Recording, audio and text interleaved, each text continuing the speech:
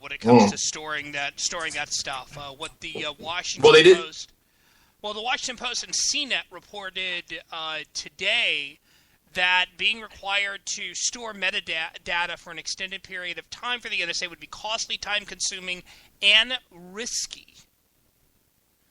But I think they're probably concerned about people hacking the phone companies, right?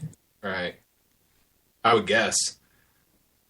But yeah, they did also say a third party as well. It's either phone companies or some other third party that could step in and do it. Now, how do we feel? I mean, how do we feel about these are essentially becoming agents of the government, anyways, right? If we're having a third party, either the phone companies or another one, I mean, really, we're just saying we're paying someone now to hold on. The government is going to.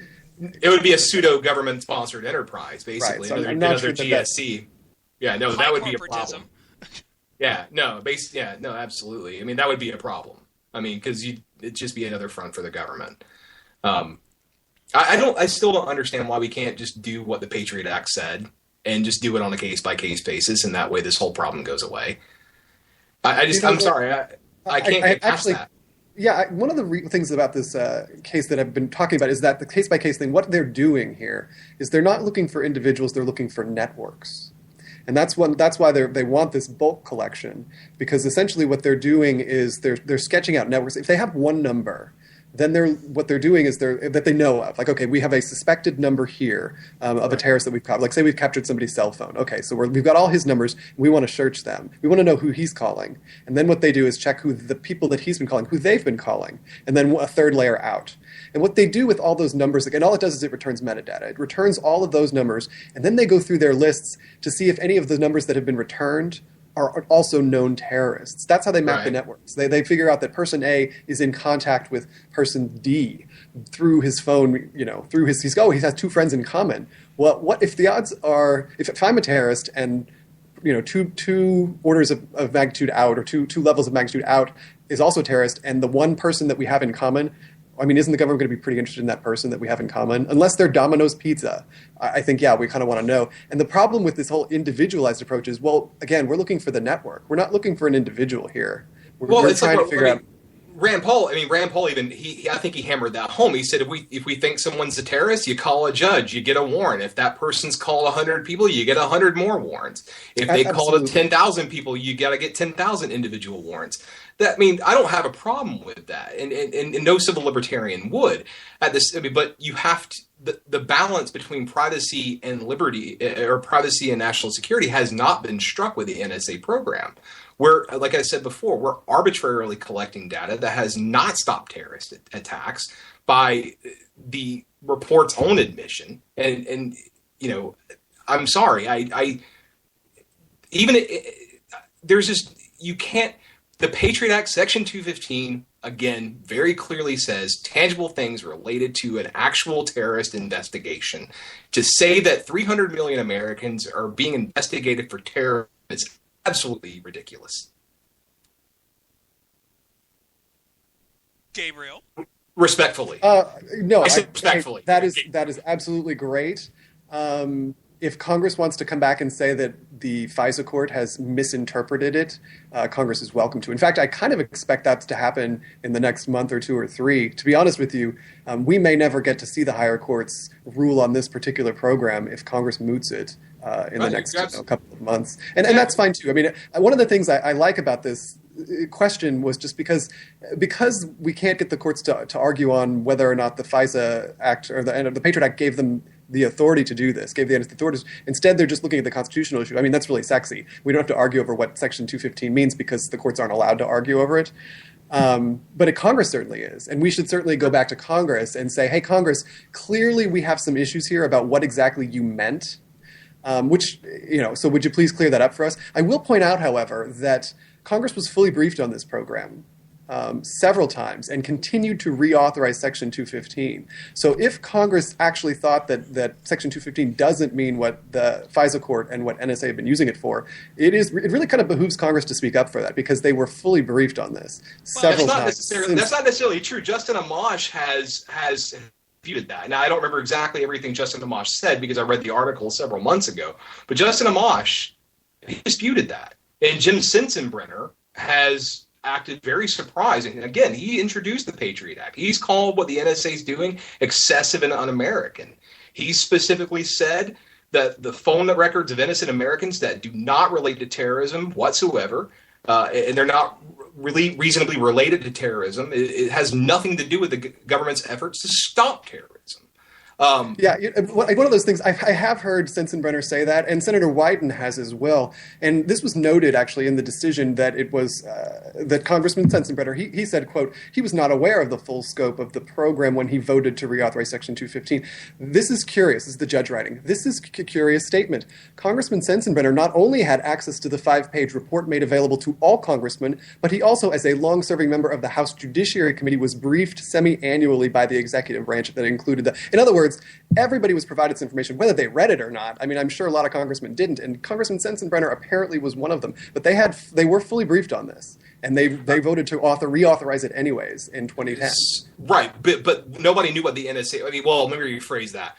Wyden, for example, Wyden may have known, which is why he asked the question in March, the now infamous question to DNI James Clapper. He may have known in advance. He may have been aware of those briefings and just tried to get. I think he said he did. Well, I know he told Clapper in advance that he was gonna ask the question. I don't recall him saying that he knew about it in advance. But if you go back and you may be right, Taylor, I'm not disputing it. I'm just saying. But if you go back and read some of the things that, again, Justin Amash, if you go back and read some of the things he was saying, he made it very clear and very without any doubt that intelligence committee members had played around with a lot of the information, the briefings, right before the vote on the NSA amendment at the end of July, and had that information made available. Congressman Amash has already said on conversations with other members of Congress, including House Oversight Committee Chairman Darrell Issa, the vote may have been very different. Remember, he only lost that vote by a dozen votes, if I recall. Yeah, and Issa already said he would have changed his vote. There are several members who have said that they would change their vote, and we may see that happen with the USA Freedom Act, which is sponsored by Jim Sensenbrenner. To answer this, because both of y'all are partially right when it comes to this, reading at the very end, talking about Section 215 and the briefing that the House and Senate got. That classified document, which was made available prior to the vote for reauthorization and has now been declassified in part, informed the reader that Section 215 orders generally require production of the business records relating to sustainability of the telephone calls handled by the telecommunications companies, including both calls made between the U.S. and a foreign country and calls made entirely within the United States. The following year, when Section 215 was again scheduled to sunset, senators were informed of an updated classified document available for their review. Apparently, some senators did review it, while other members of Congress did not. The House Intelligence Committee did not make the document available to the members of the House. Dozens of the House members elected in 2010 therefore had an opportunity to review never had an opportunity to review the classified document. While this is problematic, the executive branch did what it was required to do under the statutory scheme that Congress put in place to keep Congress informed about foreign intelligence surveillance. Yeah, Congress has a rule that they've put into play to kind of limit who gets told. Right, all the members of the intelligence committees, they get briefed. A couple other high placed guys, they get briefed. Everybody else doesn't get the full brief. Instead, what they get is a summary, which is considerably less detailed than the full briefing that the House Intelligence Committee, for example, got. But to be clear, that's at Congress's own choice. I mean, that's their decision. They don't, to some extent, they don't want to know a lot of this stuff. Yeah, and that makes sense why they wouldn't want to know, because then what happens if somebody finds out about it and says, "Hey, what do you think about this?" They can easily, it's plausible deniability, isn't that the correct term? Yeah. Sure. Well, this way too. I mean, look at everybody now saying, "Hey, if I had known, I would have voted differently." I agree with Jason. I think it's pretty likely we're going to see an NSA bill here in the spring. I don't know whether its form or contra will be, whether it's going to if it's going to try and cut these programs off completely, the metadata program completely, or if it's going to kind of follow the White House suggestion and try and get a third party to hang on to this information until it's needed. But I think we'll see. I mean, it's an election year, and this is one issue that it seems like almost everybody is on one side of. Like the majority of people, and the amazing thing is it cuts across party lines. Like we have Democrats and Republicans, basically all under the giant umbrella, civil libertarians coming together and saying, okay, no, this isn't what we're doing. No, you're absolutely right. I mean, it doesn't happen in Congress. You have the USA Freedom Act, sponsored by Congressman Sensenbrenner, who has flatly said that it would end the bulk data collection program. And then you have the White House recommendations, which I don't know if there is or if there can be a common ground there, but I think the sentiment now is so strong in Congress and still so strong. I think that the USA Freedom Act could pass now. It could pass the House. Whether it'll pass the Senate, I don't know, because the Senate Intelligence Committee, 2 months ago, passed not affect the NSA or ostensibly copy the NSA programs. For those, all the bipartisan squishiness over there. Well, one of the things that we are looking at is the fact that in this situation it seems like you have the members of Congress who weren't briefed about this and are sitting there going, we were never told, versus the leadership and the people who are on the Intelligence Committee and the Senate Intelligence Committee and the Armed Services Committee, stuff like that. Is it surprising that's happened? Not really. Gabriel? I kind of tend to think that they will. I think it's almost possible what we're going to see is a figurehead, a filler. Said, "Oh, see, this is." They could name it something like the "Fix the NSA Act," and everybody go, "Yay, hurrah!" and then move on. I think there is a really large constituency for people who think these programs are necessary. They're hearing from the intelligence communities, quite frankly. The intelligence community is saying that it wants this program, that it needs this program, that it's a useful program. And that's not something that should be discounted out of hand, right? Because they are the experts on this. When a surgeon comes to you and tells you, hey, I've got to cut you open, but here's how it's going to go, you at least listen to what the surgeon is saying. And in this case, we have the intelligence professionals coming forward and saying, hey, we use this program, we created this program, we want this program, and we'd like it to continue.